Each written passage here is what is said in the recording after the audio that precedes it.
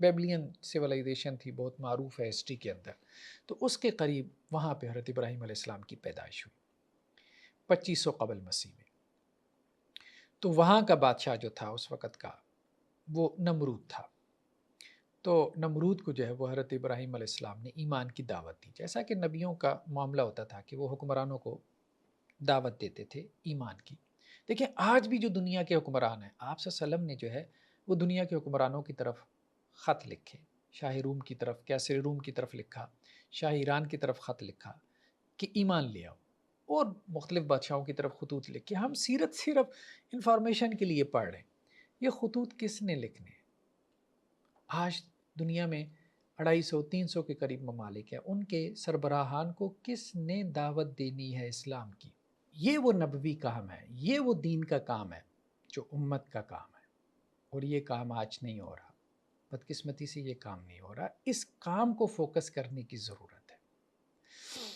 تو حضرت ابراہیم علیہ السلام کا اس کے ساتھ مجادلہ ہوا، تو اس سے یہ بھی معلوم ہو رہا ہے کہ حکمرانوں کو دعوت دینی ہے، اور اسی طرح سے اور لوگ جن کے پاس پاور ہے، قوت ہے، طاقت ہے، ان کو دعوت دینی ہے، ایمان کی دعوت دینی ہے، دین کی دعوت دینی ہے کہ وہ دین کی طرف آئیں اور دین کو غلبہ ملے۔ جب دین کو غلبہ ملے گا تو پھر دین غالب ہوگا۔ اور اگر ایسے میں کوئی مجادلہ کرنا پڑے، کوئی بحث مباحثہ، انٹلیکچوئل ڈسکشن، تو وہ بھی کرنا، یہ بھی سنت ابراہیمی ہے۔ تو حضرت ابراہیم علیہ السلام کا جب اس کے ساتھ مجادلہ ہوا تو حضرت ابراہیم نے کہا اسے کہ میرا رب وہ ہے جو زندہ کرتا ہے اور مارتا ہے۔ تو اس نے کہا یہ تو میں بھی کر سکتا ہوں۔ اس نے کیا کیا، جس بندے کے بارے میں پھانسی کے آرڈر تھے، کہا اس کو رہا کر دو، اور ایک بے گناہ کو پھانسی کے اوپر چڑھا دیا، کہا کہ میں یہ فیصلہ میں بھی کر سکتا ہوں۔ حضرت ابراہیم علیہ السلام نے دیکھا کہ یہ بندہ کج بیسی پہ اتر آیا ہے، تو حضرت ابراہیم نے نمرود کو کہا کہ دیکھو میرا رب وہ ہے کہ جو مشرق سے سورج کو طلوع کرتا ہے، مغرب میں غروب کرتا ہے۔ اگر تو بھی رب ہے جیسا کہ تیرا دعویٰ ہے تو تو سورج کو مغرب سے لیا، فبہت الذی کفر۔ حضرت ابراہیم علیہ السلام کی یہ دلیل ایسی تھی کہ وہ کافر مبہوت رہ گیا، شستر رہ گیا، اس کے سے کوئی جواب نہیں بن پڑا۔ تو مجادلہ کر کے ان کو ایسے کر دینا کہ ان سے کوئی جواب نہ بن پڑے، تو یہ بھی دین کی دعوت کا ایک کام ہے، ٹھیک ہے، کہ ملحدین کے ساتھ جو ایتھیسٹ ہیں یا جو کافر ہیں، نان مسلم ہیں، جو اسلام کو نہیں مانتے، خدا کا انکار کرتے ہیں، آخرت کا انکار کرتے ہیں، نبیوں کا، رسولوں کا، پیغمبروں کا، کتابوں کا انکار کرتے ہیں، لائف آفٹر ڈیتھ کا انکار کرتے ہیں، ٹھیک ہے، یعنی مرنے کے بعد کی زندگی کا، تو ان کے ساتھ مجادلہ، ڈیبیٹ، یہ بہت ضروری ہے، اور اس کے لیے کچھ لوگوں کو تیاری کرنی چاہیے۔ یہ بھی دعوت کی آپ کہہ لیں کہ جی ایک اپروچ ہے۔ نیکسٹ آیات میں ہم دیکھتے ہیں کہ تقریباً 3 رکوع ہیں جن میں مسلسل، 1-2 آیات نہیں، 3 رکوعوں میں مسلسل خرچ کرنے کا حکم ہے۔ انفاق فی سبیل اللہ، اللہ کے راستے میں خرچ کرنا، یہ ہمارے دین کا، قرآن کا بہت بڑا حکم ہے۔ تو فرمایا گیا مثال ان لوگوں کی جو اللہ کے راستے میں خرچ کرتے ہیں، کمثل حبہ، جیسا کہ ایک دانے کی مثال، انبتت 7 سنابل فی کل سنبلۃ 100 حبہ، ایک دانے سے 7 بالیاں نکلتی ہیں، 7 سٹے، پھر ہر سٹے میں 100 دانے، تو ایک دانے سے 700 دانے بن گئے۔ کسان نے جا کے ایک دانہ زمین میں دبایا تھا اور اس سے 7 سٹے نکلے، اور ہر سٹے میں 100 دانے، 700 دانے پیدا ہو گئے۔ اسی طرح سے بندہ اللہ کے راستے میں 1 روپیہ خرچ کرتا ہے تو اللہ سبحانہ و تعالیٰ اس کا اجر 700 گنا بڑھا دیتا ہے۔ واللہ یضاعف لمن یشاء، یہ 700 گنا بھی تمہارے بیان کے لیے، جس کے لیے اللہ تعالیٰ چاہتا ہے اس کے اجر کو بڑھاتا رہتا ہے، ملٹیپلائی کرتا رہتا ہے۔ ایک روایت میں ہے کہ اللہ کے رسول صلی اللہ علیہ وسلم فرمایا کہ تم میں سے کوئی شخص اللہ کے راستے میں ایک کھجور صدقہ کرتا ہے، اللہ سبحانہ و تعالیٰ کو اس کا وہ عمل اتنا پسند آتا ہے کہ اللہ تعالیٰ اس کھجور کو لے کے ایسے کھیلتے ہیں جیسے تم میں سے کوئی اپنا جو ہے وہ بچھڑا یا بچھیرا، جو گھوڑے کا بچہ ہے، اس کو پال پوس کے بڑا کرتا ہے۔ اسی طرح اللہ تعالیٰ اس کھجور کو، اس کے ثواب کو، اس کے اجر کو بہت پہاڑ کے برابر بنا دیتے ہیں۔ تو یہ اللہ کے راستے میں اخلاص کے ساتھ، سنسیریٹی کے ساتھ خرچ کرنا، چھوٹا سا عمل اور اس کا اجر بہت پہاڑ جتنا ہو جاتا ہے۔ تو اللہ کے راستے میں خرچ کرو، اللہ تعالیٰ اس کا اجر بڑھاتے رہتے ہیں۔ دوسرا اصول، دوسرا ضابطہ کیا بیان کیا اللہ کے راستے میں خرچ کرنے کے حوالے سے؟ ایک تو یہ ہے کہ خرچ کرو، پہلا ضابطہ تو یہی ہے کہ خرچ کرو کہ اس کا اجر ملٹیپلائی کیا جاتا ہے، ملٹیپلائی کر کے اللہ تعالیٰ اس کو واپس کریں گے۔ دنیا میں کون سا بینک ایسا ہے جو 700 گنا بلکہ اس سے بھی بڑھا چڑھا کے آپ کو واپس کرے؟ دوسرا کیا ہے؟ دوسرا ضابطہ یہ ہے کہ جب اللہ کے راستے میں خرچ کرنا ہے تو جس کے اوپر خرچ کر رہے ہو اس پہ احسان نہیں جتلانا، تاکہ اس کے لیے اذیت کا، کوئی مینٹلی جو ہے ذہنی طور پہ اس کے لیے پین کا باعث نہ بنے۔ تو فرمایا اہل ایمان لا تبتلوا صدقاتکم بالمن والعصا، اپنے صدقے کو باطل نہ کرو احسان جتلا کر، تکلیف پہنچا کر۔ اگر آپ نے صدقہ کر دیا تو آپ احسان نہ جتلاؤ۔ جیسے ریلیٹیوز میں کسی کے اوپر برے وقتوں میں خرچ کر دیا تھا، پھر بعد میں اس کے ساتھ انبن ہو گئی، تو اب اس کو جتلانا یہ درست نہیں ہے۔ اسی طرح سے جیسے آپ راستے میں جا رہے تھے، چوراہے پہ شاہراہ کے اوپر اشارہ لگا تھا، آپ رک گئے، کوئی مانگنے والا آ گیا، آپ نے اس کو 5 روپے کا سکہ دے دیا اور ساتھ میں اس کو بات بھی سنا دی کہ اچھے خاصے ہٹے کٹے موٹے تازے ہو، کما کیوں نہیں لیتے؟ جب آپ نے صدقہ کرنا ہے تو صدقہ کریں، پھر اس کو باتیں نہ سنائیں۔ تیسرا اصول کیا بیان فرمایا کہ خرچ کرنے میں ریاکاری نہیں کرنی، یعنی ایک تو احسان نہیں جتلانا اور تیسرا ریاکاری نہیں کرنی۔ فرمایا کہ اہل ایمان اپنے صدقات کو باطل نہ کرو احسان جتلا کے، تکلیف پہنچا کے، اور دوسرا کلذی ينفق مالہ رئاء الناس، اس شخص کی طرح نہ ہو جانا کہ جو اللہ کے راستے میں خرچ تو کرتا ہے لیکن لوگوں کو دکھانے کے لیے، اپنا بورڈ لگانے کے لیے کہ جی اتنی سلائی مشینیں ہم نے بیواؤں میں تقسیم کر دی، اعلان کرنے کے لیے۔ ایک ہے کہ اعلان آپ اس لیے کرتے ہیں کہ دوسروں کو موٹیویٹ کریں، وہ ایک علیحدہ آپ کی انٹینشن ہے، اللہ کے یہاں اس کی قدر ہے۔ لیکن اگر نیت شو آف کی ہے نیکی کے اندر، جیسے قربانی کا جانور لے کے آ گئے، اتنے ٹن کا جو ہے وہ ہمارا جانور ہے، ٹھیک ہے، اتنے من کا ہمارا جانور ہے اور اتنا موٹا پلا تازہ، اور اس کی تصویریں جو ہے وہ آپ لے لے کے سوشل میڈیا پہ، فیس بک پہ اپلوڈ کر رہے ہیں لوگوں کو دکھانے کے لیے کہ لوگ کہیں واہ واہ واہ بہت بڑی قربانی ہو رہی ہے، تو وہ یہ واہ واہ کے لیے جو نیکی کا عمل کیا جاتا ہے، خرچ کیا جاتا ہے، تو اللہ کے ہاں یہ باطل ہو جاتا ہے۔ اللہ کو خوش کرنے کے لیے خرچ کرو، اللہ کی رضا کے لیے، اللہ کی رضامندی کے لیے، یہ اصل میں تمہاری انٹینشن اور تمہاری نیت ہونی چاہیے۔ اصل میں تمہارا تعلق تو اللہ کے ساتھ ہے، اللہ کے ساتھ ہے۔ تو فرمایا گیا کہ اپنے مال کو جو ہے ریاکاری کے لیے خرچ نہ کرو۔ جیسے گاؤں دیہات میں ہم دیکھتے ہیں جمعے والے دن بعض مولوی صاحبان نے اسپیکر کھولا ہوتا ہے، محمد حسین آیا، اس نے 10 روپے دی، اللہ اس کا بھلا کرے، فلاں آیا، اس نے 20 روپے دی، اللہ اس کا بھلا کرے۔ اب ہوتا کیا ہے کہ ساتھ والا جو اس کے گھر والا ہوتا ہے وہ کہتا ہے اچھا میرا بھی اعلان ہونا چاہیے، تو اعلان کی خاطر اپنے بچے کو دوڑاتا ہے کہ فلاں نے 20 دیے ہیں تو اچھا میں اس کو 30 دے کے دوڑاتا ہوں کہ ہم نے زیادہ پیسے دیے ہیں۔ تو اس سے ریاکاری پروموٹ ہوتی ہے، نیکی پیچھے رہ جاتی ہے۔ نیکی بیسیکلی نیک عمل، اس میں پہلے ارادہ ہے، پہلے نیت ہے، انما الاعمال بالنیات، اعمال کا دار و مدار نیتوں پر ہے۔ پہلے نیت خالص کرے، پھر اس کے بعد نیک عمل کرے، پھر اس کا اجر و ثواب ہے۔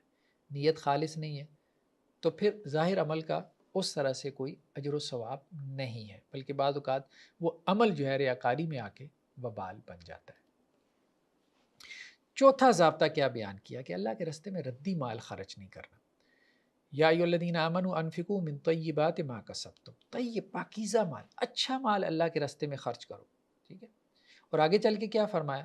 ولا تیمموا الخبیث من، خبیث مال، ردی مال اللہ کے راستے میں خرچ کرنے کا قصد بھی نہ کرو، ارادہ بھی نہ کرو، خرچ کرنا تو دور کی بات، سوچو بھی نہ کہ ردی مال اللہ کے راستے میں دینا ہے۔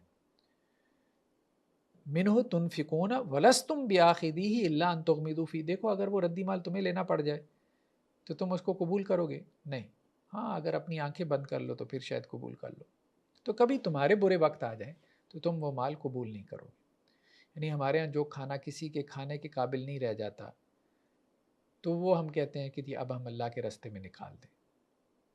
تو اگر ہم جو ہے وہ اس حالت میں پہنچ جائیں، اس غریب، اس فقیر، مسکین کی حالت میں، اور کوئی ہمیں وہ کھانا دے تو ہمیں کتنا برا لگے گا۔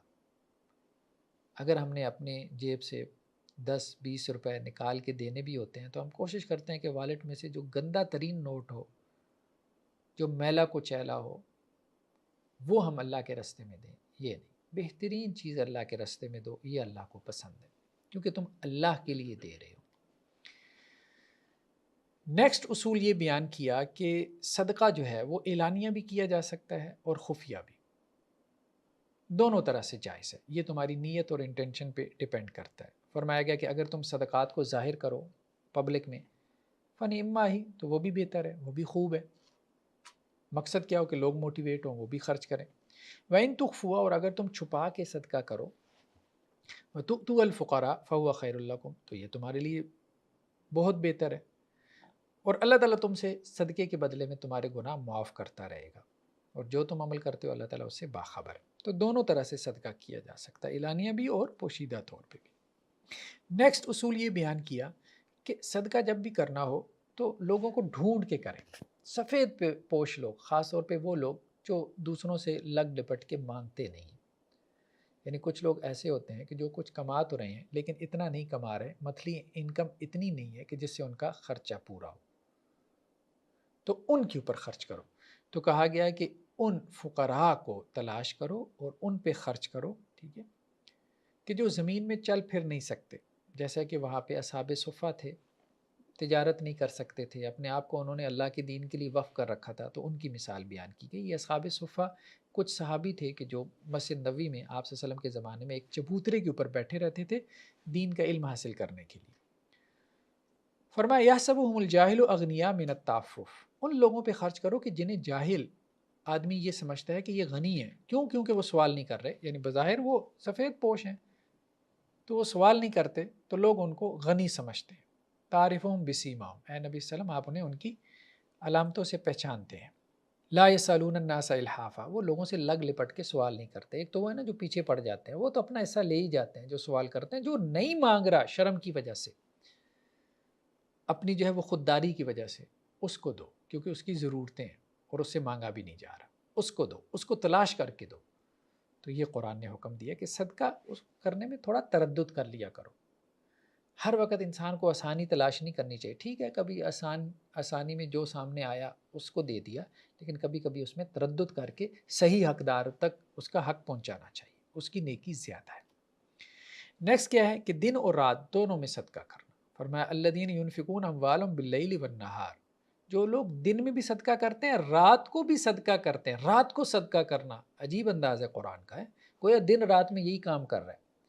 اس لیے اللہ کے رسول صلی اللہ علیہ وسلم کی حدیث ہے کہ دو لوگوں کے علاوہ حسد جائز نہیں، ایک وہ عالم جسے اللہ نے علم دیا تو وہ علم کے مطابق فیصلے کر رہا ہے، لوگوں میں بانٹی جا رہا ہے، اور دوسرا وہ مالدار آدمی سخی جسے اللہ نے مال دیا اور وہ مال جو ہے وہ اللہ کے راستے میں خرچ کرنے پہ جیسے تلا پڑا ہے، لگا ہوا ہے، کھپا ہوا ہے، بس دن میں رات میں بس۔ فرمایا دن میں اور رات میں خرچ کرو، سرم و علانیہ، پبلکلی بھی اور چوری چھپے بھی، ٹھیک ہے۔ تو یہ وہ لوگ ہیں جن کے لیے ان کے رب کے پاس ان کا اجر ہے، اور ان پہ کوئی خوف نہیں اور نہ ہی وہ غمگین ہوں گے۔ تو اللہ کے بندے اس طرح سے خرچ کرتے ہیں، جیسے دیکھیں دن میں 5 مرتبہ تو ہم نماز پڑھتے ہیں، فرض نماز، اب بندہ ہر فرض نماز کے ساتھ کوئی تھوڑا بہت صدقہ کر دے، جیسے مسجد سے نکلے کوئی غریب مسکین نظر آئے، جیسے عام طور پہ ہمارے یہاں مساجد کے باہر نظر آ جاتے ہیں، تو 10 روپے معمولی سا صدقہ کوئی نہیں کر دے، لیکن عادت بنائے، زیادہ سے زیادہ ٹائم صدقہ کرے، زیادہ ٹائم صدقہ کرے، اس سے عادت ڈیولپ ہوگی، اور اپنے بچوں کی بھی یہ عادت ڈیولپ کرے۔ نیکسٹ یہ حکم دیا گیا کہ اگر کوئی مقروض ہے تو اس کو مہلت دے دو، یعنی کسی کو تم نے قرض دیا، ٹھیک ہے، اب وہ قرض وقت پہ ادا نہیں کر پا رہا۔ ایک وہ آدمی ہے کہ جو قرض ادا کر سکتا ہے لیکن ادا نہیں کر پا رہا، تو فرمایا مطل الغنی یہ ظلم، غنی کا ٹال مٹول کرنا ظلم ہے، یعنی جو مقروض ہے وہ واپس کر سکتا ہے، قرض نہیں دے رہا تو وہ ظلم کر رہا ہے۔ اس کے بارے میں حدیثوں میں آتا ہے تم اس کو تھوڑا بہت سنا بھی دو تو تمہارے لیے جائز ہے، کیونکہ تمہارا قرض واپس نہیں کر رہا اور کر سکتا ہے۔ ہاں لیکن ایک بندہ ایسا ہے اس نے قرض لیا اور آپ کو بھی پتہ ہے اس کے حالات ایسے نہیں ہیں، وہ واپس نہیں کر سکتا، تو اس کو مہلت دے دو، اور اگر معاف کر دو تو یہ بہت ہی بہتر ہے۔ تو قرآن نے کہا کہ اگر وہ تنگ دست ہے فناظرۃ الی میسرہ، تو اس کو مہلت دے دو، وان تصدقوا خیر لکم، اور اگر صدقہ ہی کر دو تو بہت بہتر ہے۔ اللہ کے رسول صلی اللہ علیہ وسلم کی ایک حدیث ہے کہ اگر تم نے کسی کو قرض دیا، مثال کے طور پہ 1000 ایک مہینے کے لیے دیا، تو جتنی مدت کے لیے تم نے قرض دیا، جتنا تم نے قرض دیا ہر روز اتنا صدقہ کرنے کا ثواب۔ اور اگر تم نے اس کو مہلت دے دی، یعنی 1 مہینے کے لیے قرض دیا تھا، اس نے کہا میں نہیں ادا کر سکتا، آپ نے کہا کہ جی 2 مہینے اور مہلت، تو اب یہ جو 2 مہینے مزید مہلت دی ہے، اس میں جو آپ نے اس کو قرض دیا اس سے ڈبل روزانہ صدقہ کرنے کا ثواب ملے گا۔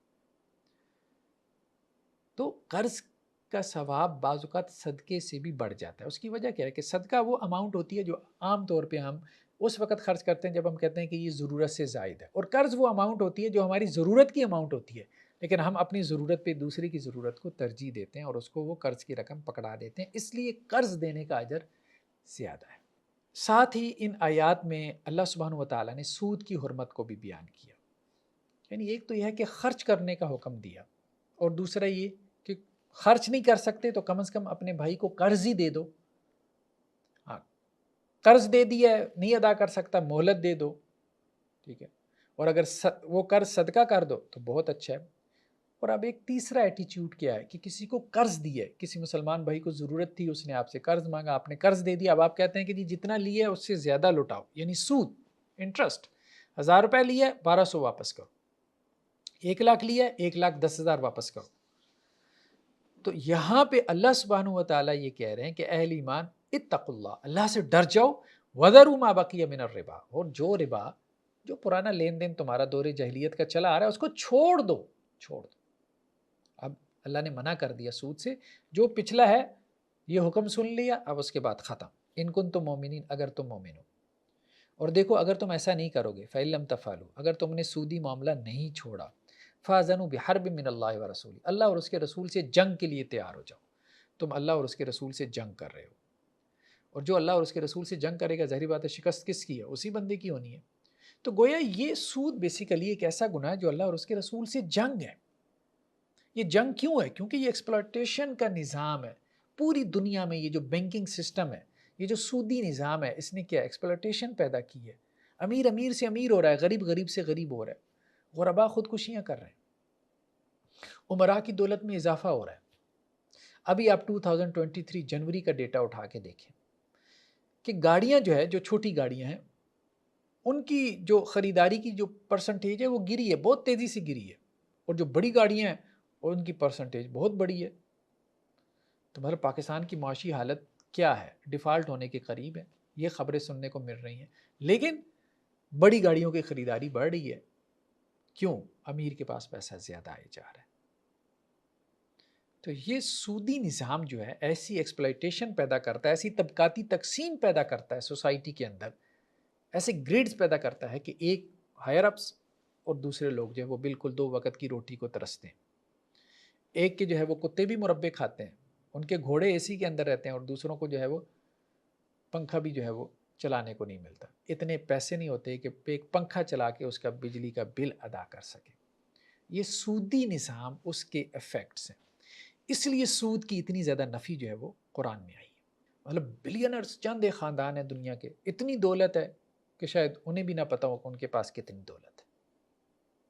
تو قرآن نے یہ بات کہی کہ اگر تم سود کو نہیں چھوڑتے بطور ایک نظام کے، اس کو نہیں چھوڑتے، تو اللہ اور اس کے رسول سے حالت جنگ میں ہو۔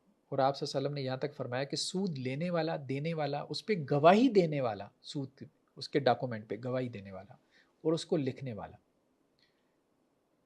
یہ سب حرام کام کے اندر اور کبیرہ گناہ میں مبتلا ہے، اور ان سب کے اوپر جو ہے وہ لعنت بھیجی گئی ہے۔ اس سے بچ کے رہنا ہے، سود سے بچ کے رہنا ہے، دور رہنا ہے، اور خاص طور پہ یہاں سودی نظام کے خاتمے کے لیے جد و جہد کرنی ہے۔ یہ علماء کا کام ہے، یعنی اتنا بڑا منکر، اتنا بڑا منکر کہ اللہ اور اس کے رسول سے جنگ، اور ہم اس کے بارے میں آواز نہ اٹھائیں، اور چھوٹی چھوٹی باتوں کے اوپر جو ہے وہ ہم ان کو موضوع بحث بنا کے لوگوں کو تنقید کا نشانہ بنا رہے ہیں، اور اتنا بڑا منکر اس کے بارے میں ہم کو گفتگو ہی نہیں کر رہے، کوئی جمعے نہیں پڑھا رہے، کوئی خطبے نہیں دے رہے، کوئی ورکشاپس نہیں کروا رہے، کوئی کانفرنسیں نہیں منعقد ہو رہی، کوئی اس کے بارے میں مہم نہیں چلا رہے، کوئی بات ہی نہیں کر رہے۔ پورا ملک کیا، پوری دنیا، پوری مسلم ورلڈ سودی نظام کے اندر ڈوبی ہوئی ہے، اور سب مان رہے ہیں کہ یہ سودی نظام ہے، ہر جگہ چل رہا ہے۔ تو کس نے ختم کرنا ہے؟ یہ کس کا کام ہے؟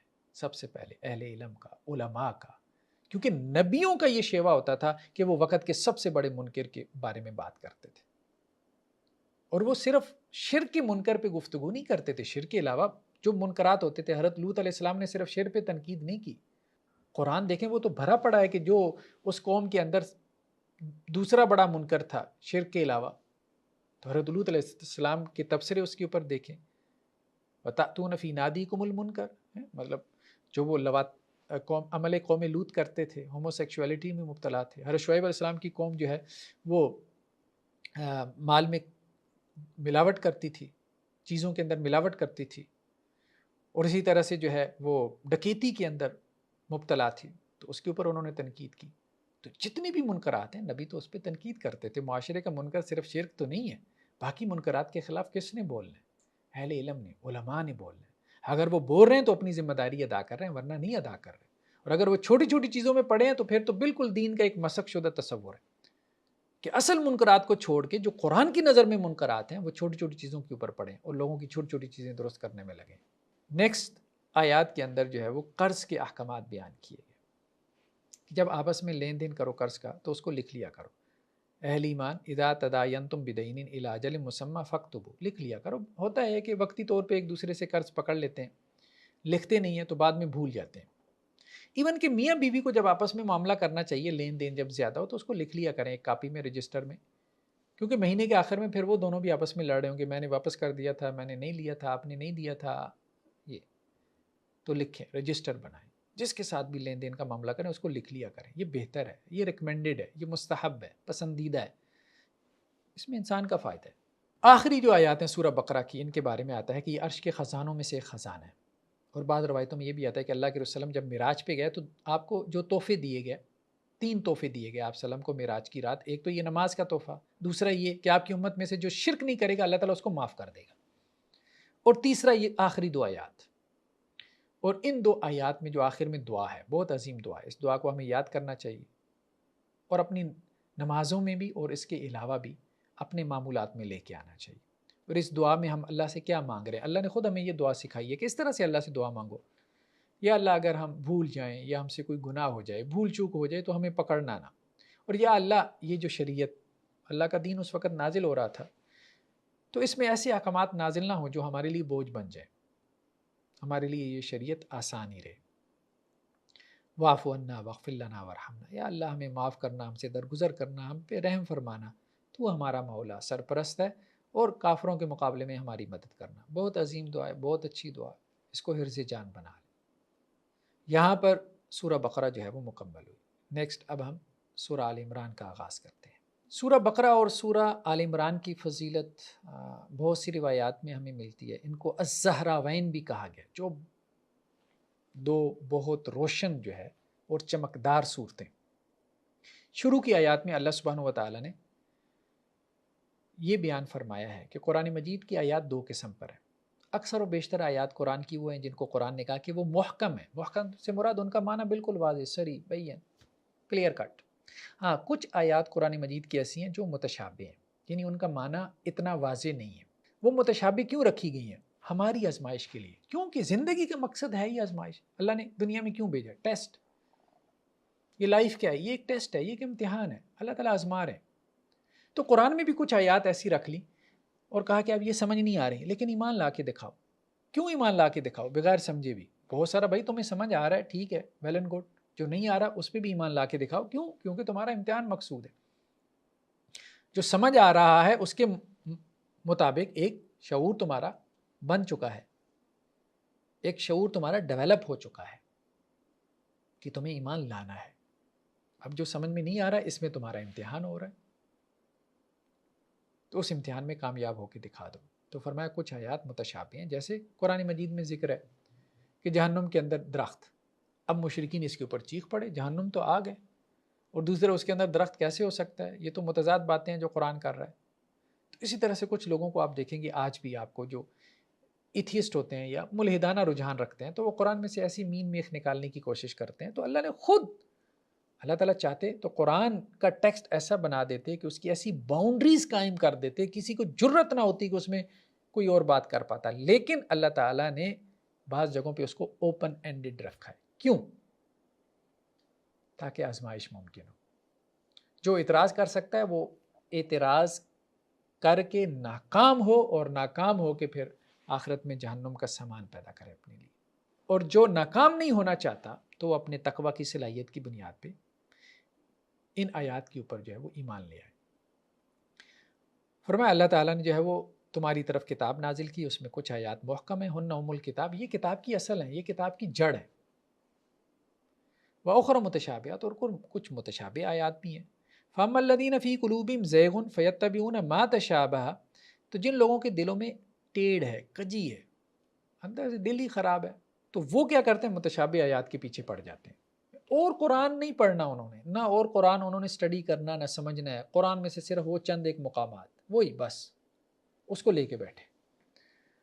جیسے اب دیکھیں کہ جن لوگوں کے ذہن میں، دل میں، قلب میں پہلے سے فساد موجود ہوتا ہے، تو وہ چند ایک حدیثیں، اور پوری بخاری نہیں پڑھیں گے، بخاری میں سے چند ایک حدیثیں جن کے اوپر اٹک کے رہ جائیں گے، اور ہزاروں حدیثیں ہیں جو سمجھ میں بھی آتی ہیں، کلیئر کٹ ہیں، نہیں جن کا تعلق اخلاق سے ہے، رویوں سے ہے، جس کو وہ بھی ایگری کر رہے ہوں گے، لیکن نہیں، مطالعہ ہی نہیں کرنا، پڑھنا ہی نہیں، بس صرف وہ چند ایک حدیثیں.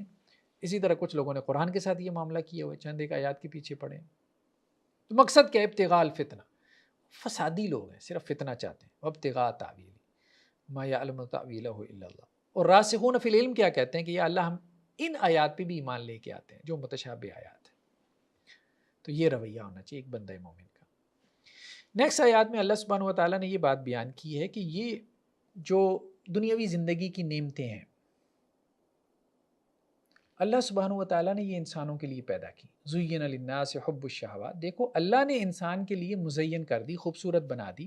کیا؟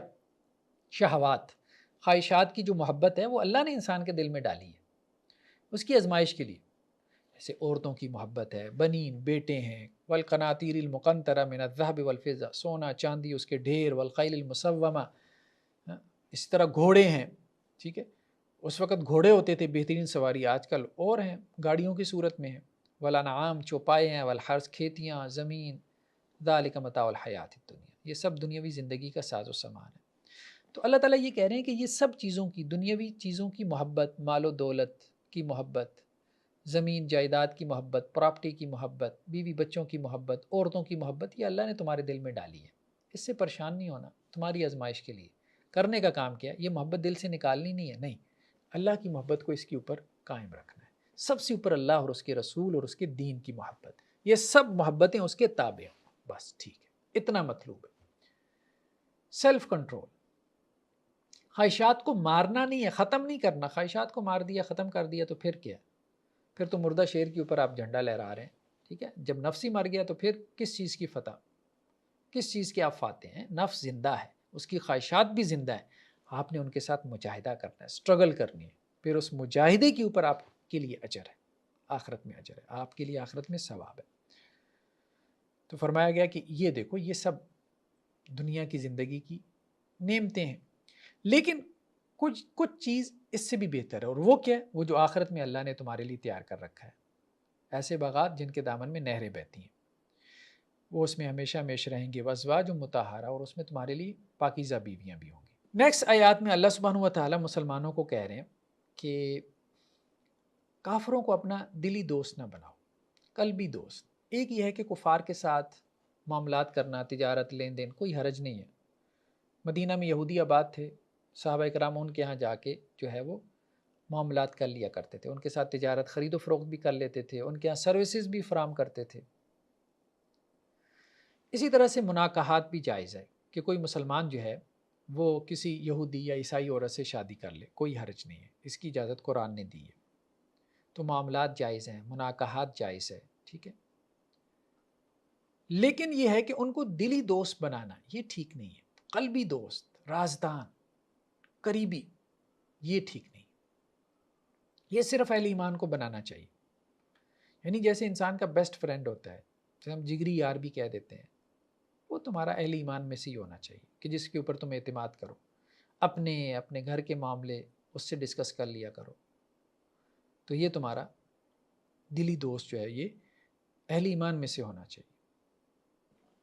تو غیر مسلموں کو دلی دوست بنانا، ویسے ظاہری دوستی میں کوئی حرج نہیں ہے. نیکسٹ آیات میں اللہ اور اس کے رسول صلی اللہ علیہ وسلم کی اتباع اور اطاعت کی اہمیت کو واضح کیا گیا. کہا گیا کہ اگر تم دعوے دار ہو، ان کنتم تحبون اللہ، کہ تم اللہ سے محبت رکھتے ہو، اگر تمہیں اس کا دعویٰ ہے، فاتبعونی، تو نبی کریم صلی اللہ علیہ وسلم کی اتباع کرو. نبی کریم صلی اللہ علیہ وسلم آپ ان سے کہہ دیں اگر اللہ سے محبت کا دعویٰ ہے تو میری اتباع کرو. یعنی اللہ تمہارا محبوب ہے. بہت سے لوگ کہتے ہیں نا اللہ ہمارا محبوب ہے. تو اللہ اگر تمہارا محبوب بن گیا تو نبی کریم صلی اللہ علیہ وسلم کی اتباع کرو۔ یعنی اللہ کو محبوب بنانے کا لازمی نتیجہ کیا نکلے گا کہ سنت پہ عمل۔ اگر سنت پہ عمل نہیں ہے، سنت کی اتباع نہیں ہے، تو اللہ کے ساتھ جو محبت کے دعوے ہیں یہ دعوے تمہارے جھوٹے دعوے۔ تو یحببکم اللہ ویغفر لکم ذنوبکم، دیکھو اگر تم اللہ کے رسول صلی اللہ علیہ وسلم کی اتباع کرتے ہو نا، ایک تو تم یہ اس کوشش میں ہو کہ اللہ تمہارا محبوب بن جائے، اگر نبی کریم صلی اللہ علیہ وسلم کی اتباع کر لیتے ہو تو تم اللہ کے محبوب بن جاؤ گے، یعنی اللہ تم سے محبت کرنا شروع کر دے گا۔ ٹھیک ہے، تو اتباع سنت اتنا بڑا کام ہے، اتنا بڑا کام ہے۔ قل اطیعوا اللہ واطیعوا الرسول، اللہ کی اطاعت کرو اور رسول کی بھی اطاعت کرو۔ اللہ کی اطاعت یعنی قرآن کی اطاعت، یہی مراد ہے، اور رسول کی اطاعت یعنی رسول کے فرمان کی اطاعت جو احادیث میں موجود ہیں۔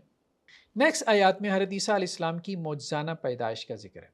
حضرت عیسیٰ علیہ السلام سیکنڈ لاسٹ نبی ہیں، یعنی نبی کریم صلی اللہ علیہ وسلم سے تقریباً 600 سال پہلے 571 میں تقریباً اللہ کے رسول صلی اللہ علیہ وسلم کی پیدائش ہوئی۔ 571 یعنی حضرت عیسیٰ علیہ السلام سے عام طور پہ کیلنڈر شروع کیا جاتا ہے، اس میں بھی اگرچہ اختلاف ہے لیکن ہم ابھی اس تاریخی اختلاف میں نہیں جاتے۔ تو حضرت عیسیٰ علیہ السلام کی جو ہے وہ معجزانہ پیدائش ہوئی اللہ تعالیٰ کی جو ہے وہ کلمہ کن سے اور بن باپ کے، حضرت مریم علیہ السلام سے۔ اس وجہ سے کیا ہوا کہ جو ان کے فالورز تھے حضرت عیسیٰ علیہ السلام کے، جو بعد میں عیسائی بھی کہلائے، انہوں نے حضرت عیسیٰ علیہ السلام کو معاذ اللہ اللہ کا بیٹا بنا لیا، تو قرآن نے اس کی نفی کی۔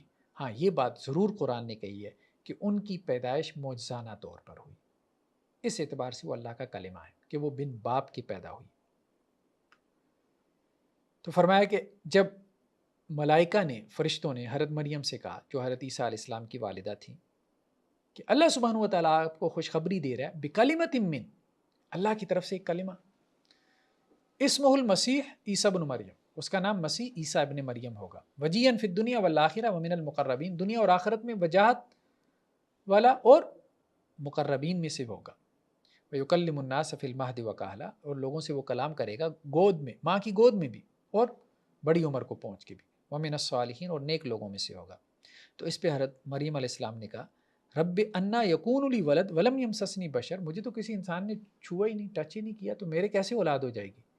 قال کذالک اللہ یخلق ما یشاء، تو اللہ تعالیٰ نے فرشتوں کی زبانی کہا کہ اسی طرح اللہ تعالیٰ پیدا کرتا ہے جیسے وہ چاہتا ہے۔ تو جب اللہ تعالیٰ کسی کام کا فیصلہ کر لیتا ہے تو اللہ تعالیٰ کون کہتا ہے تو وہ ہو جاتا ہے۔ تو حضرت عیسیٰ علیہ السلام کی پیدائش جو ہے وہ معجزانہ طور پر ہوئی ہے، لیکن یہودی اس کو نہیں مانتے تھے، اس لیے انہوں نے حضرت عیسیٰ علیہ السلام کا انکار کیا۔ نیکسٹ آیات میں حضرت عیسیٰ علیہ السلام کے جو ہے وہ آسمانوں پہ زندہ اٹھانے کا بھی ہمیں اشارہ ملتا ہے۔ حضرت عیسیٰ علیہ السلام یہود میں بھیجے گئے اور یہ یہود میں آنے والے آخری نبی تھے، تو یہودیوں نے جیسے پچھلے نبیوں کو قتل کیا، ان کا انکار کیا، تو اسی طرح حضرت عیسیٰ کے بھی در پہ ہو گئے، کیونکہ حضرت عیسیٰ علیہ السلام ان پہ تنقید کرتے تھے اور تنقید بھی بجا کرتے تھے، کیونکہ یہود میں اخلاقی گراوٹ بہت زیادہ آ گئی تھی، خاص طور پہ ان کے علماء میں، جو بڑے بڑے جبے قبے پہن کے جو ہے وہ بیت المقدس میں بیٹھے ہوتے تھے تورات سامنے کھول کے اور لوگوں کو فتوے دے رہے ہوتے تھے اور اللہ کی آیات میں تعریف بھی کر رہے ہوتے تھے۔ ظاہری حلیہ ان کا بالکل شرع کے موافق ہوتا تھا، لیکن ان کا باطن جو ہے وہ شریعت کے مطابق نہیں تھا۔ تو حضرت عیسیٰ علیہ السلام نے جب ان کو تنقید کا موضوع بنایا تو انہوں نے یہود کو حضرت عیسیٰ علیہ السلام کے خلاف بھڑکایا اور معاذ اللہ ان کے معجزات کو کیا کہا کہ یہ جادو ہے، اور حضرت عیسیٰ علیہ السلام کو جادوگر قرار دیا کہ میجیشین ہے، اور کہا کہ جادو تو کفر ہے، تو یہ معاذ اللہ مرتد ہو گئے، دین سے نکل گئے، تو یہ واجب القتل ہے۔ تو اس طرح سے انہوں نے فتوے لگائے حضرت عیسیٰ علیہ السلام پہ، اور جو اس وقت کا رومن جو ہے وہ ایمپرر تھا، جو بادشاہ تھا پیلاطس، تو پیلاطس کے پاس جا کے انہوں نے اس سے استدعا کی یہودیوں نے کہ حضرت عیسیٰ علیہ السلام کو گرفتار کیا جائے، یہ ہم میں سے ایسا شخص ہے کہ جس نے کفر کا ارتکاب کیا، اور اس کو سزا دی جائے۔ تو اس نے پھر اپنے سپاہی وغیرہ بھیجے تھے، جو حضرت عیسیٰ علیہ السلام کی جو حواری تھے ان میں سے ایک نے مخبری کی تھی، تو جس نے مخبری کی تھی کہ فلاں باغ کے اندر حضرت عیسیٰ علیہ السلام روپوش ہیں، تو وہ جب سپاہی وہاں پکڑنے کے لیے پہنچے ہیں تو اللہ تعالیٰ نے حضرت عیسیٰ علیہ السلام کو زندہ اٹھا لیا، اور جس حواری نے مخبری کی تھی اسی کی شکل حضرت عیسیٰ جیسی بنا دی گئی، اور پھر اس کو سولی دے دی گئی۔ تو اس پہ یہودیوں نے سمجھا کہ ہم کامیاب ہو گئے، حضرت عیسیٰ علیہ السلام کو ہم نے سولی دے دی، اور عیسائیوں نے یہ سمجھا کہ حضرت عیسیٰ علیہ السلام سولی دے دیے گئے۔ دونوں غلط فہمی میں رہے. جبکہ قرآن کیا کہتا ہے کہ جب اللہ سبحانہ و تعالیٰ نے کہا کہ اے عیسیٰ انی متوفیک، بے شک میں آپ کو لینے والا ہوں. توفع اس کا معنی عام طور پہ کیا جاتا ہے فوت کرنے والا. فوت کسے کہتے ہیں؟ دیکھیں، ایک ہے کہ فوت اسلامکلی کیا ہے کہ روح جو ہے وہ انسان کے بدن سے جدا ہو جائے، اس کو ہم کہتے ہیں فوت ہو جانا. تو اللہ تعالیٰ روح لے لیتے ہیں، روح قبض کر لیتے ہیں، اس کو ہم کہتے ہیں فوت ہو جانا. تو جب اللہ نے روح لے لی تو یہ ہے متوفی. لیکن متوفی کا مطلب ہوتا ہے لے لینا. تو روح لے لی تو اس کو ہم جو ہے وہ فوت کا ترجمہ کر دیتے ہیں. ٹھیک ہے. لیکن حضرت عیسیٰ علیہ السلام کے معاملے میں اللہ نے صرف روح نہیں لی بلکہ جسم سمیت روح لی ہے. جسم سمیت روح لی ہے، یعنی جسم کو بھی اٹھا لیا گیا آسمانوں پہ. تو حضرت عیسیٰ علیہ السلام آسمانوں پہ موجود ہیں اور قیامت سے پہلے دوبارہ ان کا نزول ہوگا جیسا کہ متواتر روایات میں موجود ہے. ورافیوں کا الیہ، اے عیسیٰ میں آپ کو پورا پورا لے لوں گا، یعنی میں آپ کو اوپر اٹھا لوں گا اور اپنی طرف بلند کروں گا. وہ مطہروں کا من الذین کفروا، اور کافروں سے میں آپ کو پاک کروں گا، یعنی یہ جو یہودی ہیں. وجاعل الذین اتبعوک فوق الذین کفروا الی یوم القیامہ، اور جن لوگوں نے آپ کی اتباع کی، یعنی کچھ لوگ ایمان لے آئے تھے حضرت عیسیٰ پہ.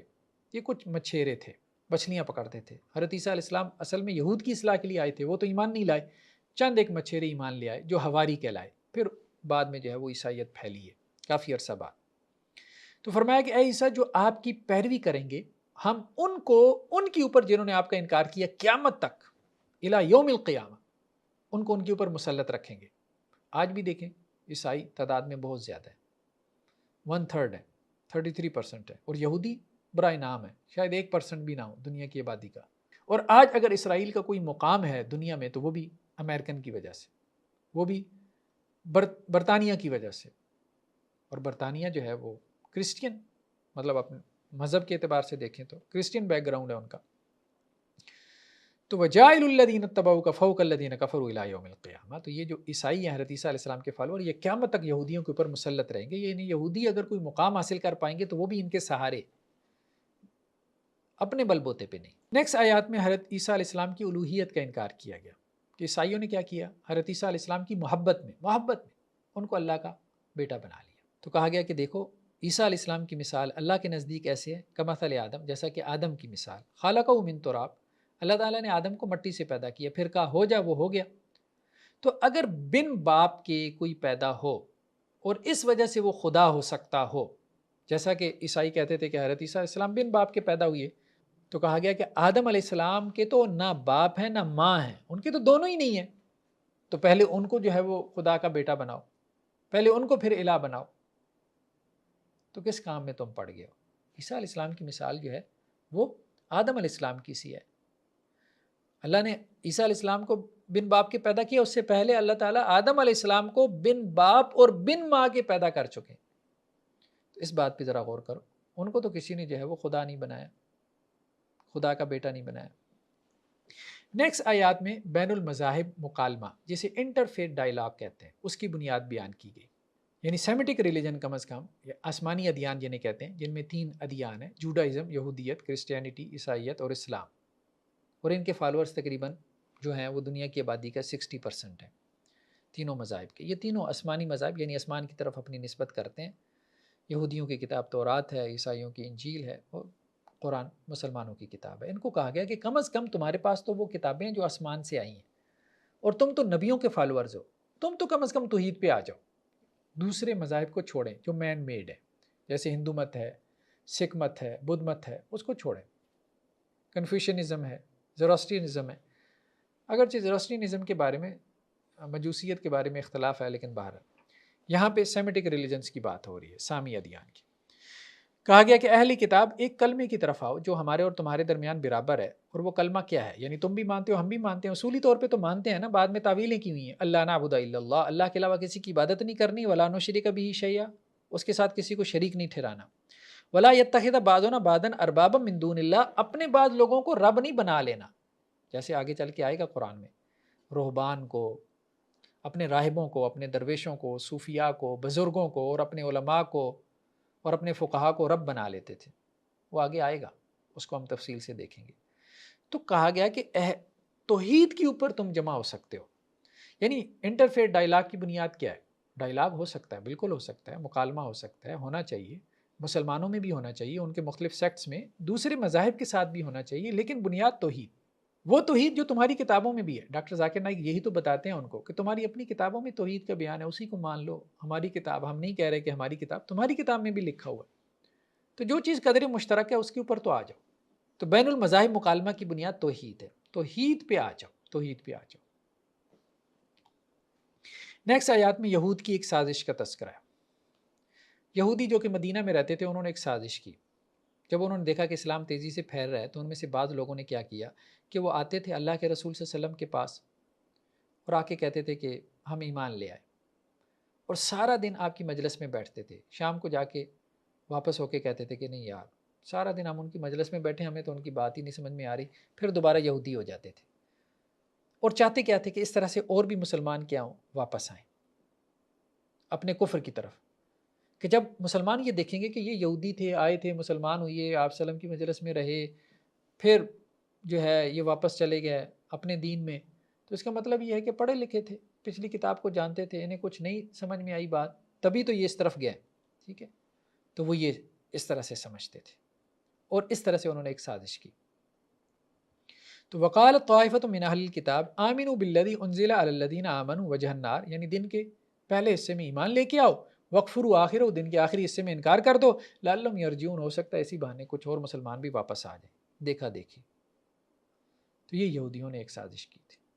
نیکسٹ آیات میں اللہ سبحانہ و تعالیٰ نے کہا ہے کہ یہود میں کچھ ایسے لوگ ہیں جو امانت دار ہیں، اور کچھ ایسے ہیں کہ جو کرپٹ ہیں، خائن ہیں۔ دیکھیں یہود کے بارے میں قرآن کا جو تبصرہ ہے سخت ہے، بہت زیادہ سخت ہے، لیکن اس کے باوجود یہودیوں میں سے کچھ لوگ امانت دار تھے، تو قرآن نے ان کی امانت داری کی تعریف کی ہے۔ اس سے کیا مراد ہے؟ جب قرآن یہودیوں کی تعریف کر سکتا ہے، انہیں مغضوب علیہم کہتے ہوئے کہ ان کے اوپر اللہ کا غضب ہوا یا اللہ کی لعنت ہوئی، یہ سب کچھ کہتے ہوئے قرآن ان کی تعریف بھی کرتا ہے جو ان میں سے اچھے لوگ ہیں، تو ہم تو دوسرے مسلک کے مسلمان علماء ان کی تعریف کرنے سے ہچکچاتے ہیں، بلکہ چھوڑیں دوسرے مسلک۔ اب تو ایک مسلک کے اندر 15-20 مسلک یا 15-20 جماعتیں بنی ہوتی ہیں، اور وہ ایک مسلک کے لوگ ایک دوسرے کے کام کو، دینی کام کو اپریشیٹ کرنے میں ہچکچاہٹ کا شکار ہوتے ہیں، جرات ہی نہیں کرتے۔ تو ومن اہل الکتاب من ان تأمنوا بقنطار، یہ اب قرآن کا انداز دیکھیں، قرآن کیا کہہ رہا ہے اور ہمارے طرز عمل، ہمارا ایٹیچیوڈ کیا ہے۔ ہمیں اپنا ایٹیچیوڈ قرآن کے مطابق بنانا ہوگا، تبھی ہم دین اسلام پہ ہیں، ورنہ تو یہ کون سا دین ہے؟ ہمارا اپنا دین ہے، یہ ہمارا اپنا رویہ ہے۔ ومن اہل الکتاب من ان تأمنوا بقنطار یؤدیہ الیک، اہل کتاب میں سے ایسے بھی ہیں اے نبی صلی اللہ علیہ وسلم، اگر آپ اس کو ڈھیر سونا دے دیں، سونے کے ڈھیر پہ امین بنا دیں، وہ سارا آپ کو واپس کرے گا، اتنا امانت دار ہے۔ اور ان میں سے کچھ ایسے بھی ہیں کہ اگر 1 دینار بھی دے دیں تو وہ بھی واپس نہیں کرے گا، الا یہ کہ آپ اس کے سر پہ کھڑے ہو جائیں۔ اور یہ اس وجہ سے ہے، یہ دوسرا گروہ اس وجہ سے ہے کہ وہ یہ کہتے ہیں لیس علینا فی الامیین سبیل، دیکھو یہ تو دوسرے لوگ جو ہے نا، جو غیر یہودی ہیں، یہ ان پڑھ لوگ ہیں، یہ غیر یہودی، ان کے ساتھ جو مرضی کرو یہ معاف ہے۔ ہمارے یہاں بھی یہی ہوتا ہے، اور دوسرے فرقے کا ہے، جو مرضی اس کے ساتھ زیادتی کرو، ظلم کرو، یہ تو ویسے ہی ماننے والا نہیں ہے، ٹھیک ہے؟ پہلے اپنے ذہن میں اس کے بارے میں ایک چیز بٹھائی، آپ اس کے ساتھ ہر قسم کا ظلم، زیادتی روا رکھی۔ ہمارے یہاں یہی ہو رہا ہے، ایون کہ سرکاری محکموں میں فیورٹزم چلتا ہے، جابز کے اندر فیورٹزم چلتا ہے، یہ نہیں دیکھتے کہ میرٹ پہ کسی کو آگے آنا چاہیے، ہمارے مسلک کیا ہے، بس اس کو نوازنا چاہیے۔ اور دوسرے مسلک والے کے ساتھ زیادتی بھی ہو جائے، کوئی نہیں یار زیادتی ٹھیک ہے، کون سا اللہ نے پوچھنا ہے، بھائی انسان ہے، کم از کم اتنا تو مانو، ظلم نہیں کر سکتے تم، کسی انسان کے ساتھ بھی ظلم نہیں کر سکتے، چاہے جائے کہ کسی مسلمان کے ساتھ کرو، بلا وجہ کسی کے ساتھ ظلم نہیں کر سکتے، اس کا جواب دینا پڑے گا۔ نیکسٹ آیات کے اندر اللہ سبحانہ و تعالیٰ نے یہ بات بیان فرمائی ہے کہ آخرت میں اللہ تعالیٰ نے ایک ہی دین قبول کرنا ہے، خاص طور پہ یہود و نصارہ کے لیے واضح میسیج ہے۔ آخرت میں کامیابی کا معیار واحد دین ہے، محمد رسول اللہ صلی اللہ علیہ وسلم پہ ایمان لانا پڑے گا۔ اب جنت میں داخلے کا ایک ہی دروازہ ہے آپ صلی اللہ علیہ وسلم کی بعثت کے بعد، وہ یہ کہ اللہ کے رسول صلی اللہ علیہ وسلم پر ایمان لے کے آئے اور آپ کو آخری نبی مانے۔ فرمایا وَمَن يَبْتَغِ غَيْرَ الْإِسْلَامِ دِينًا فَلَن يُقْبَلَ مِنْهُ، قیامت والے دن اگر اسلام کے علاوہ کوئی اور دین لے کے آیا، یعنی اسلام کے بعد، اسلام سے پہلے تو چھوڑے نا، وہ تو ظاہری بات ہے کہ عیسائیت تھی، یہودیت تھی، وہ اللہ کا معاملہ ہے۔ اسلام کے آنے کے بعد اب صرف اسلام قابل قبول ہے، محمد صلی اللہ علیہ وسلم کا دین، آپ صلی اللہ علیہ وسلم کا ٹھپا، آپ کی مہر، اس سے پہلے پہلے وہ اللہ اور اس کا معاملہ ہے، وہ کتنا اپنے دین کے اوپر تھا نہیں تھا، وہ اللہ اور اس کا معاملہ ہے۔ اس لیے اللہ کے وسلم نے فرمایا کہ جس یہودی یا عیسائی تک یہ خبر پہنچی کہ میں اللہ کا رسول اور یہ کتاب جو میرے اوپر نازل ہوئی ہے یعنی قرآن یہ اس تک پہنچی اور وہ ایمان نہیں لایا تو وہ جہنم میں جائے گا۔ یہ واضح روایتیں موجود ہیں۔ تو جس تک اسلام کا میسج پیغام پہنچ گیا، قرآن پہنچ گیا، پھر اس کے لیے یہودی عیسائی رہنا جائز نہیں ہے، وہ اسلام قبول کرے، ورنہ قیامت والے دن وہ یہودیت عیسائیت لے کے آئے گا، ہندو مت، سکھ مت، بدھ مت، ٹھیک ہے، کنفیوشزم اور جو بھی دنیا بھر کے دین لے کے آئے گا کہ یا اللہ اس کو قبول کر لے اور مجھے معاف کر دے، اللہ تعالیٰ نہیں قبول کرے گا۔ یہ اللہ تعالیٰ کہہ رہے ہیں، میں نہیں کہہ رہا۔ وَمَن يَبْتَغِ غَيْرَ الْإِسْلَامِ دِينًا فَلَن يُقْبَلَ مِنْهُ، نہیں قبول ہوگا بھائی، اسلام کے علاوہ کوئی دین قبول نہیں ہوگا۔ وَهُوَ فِي الْآخِرَةِ مِنَ الْخَاسِرِينَ، اور آخرت میں وہ خسارہ پانے والوں میں سے ہوگا۔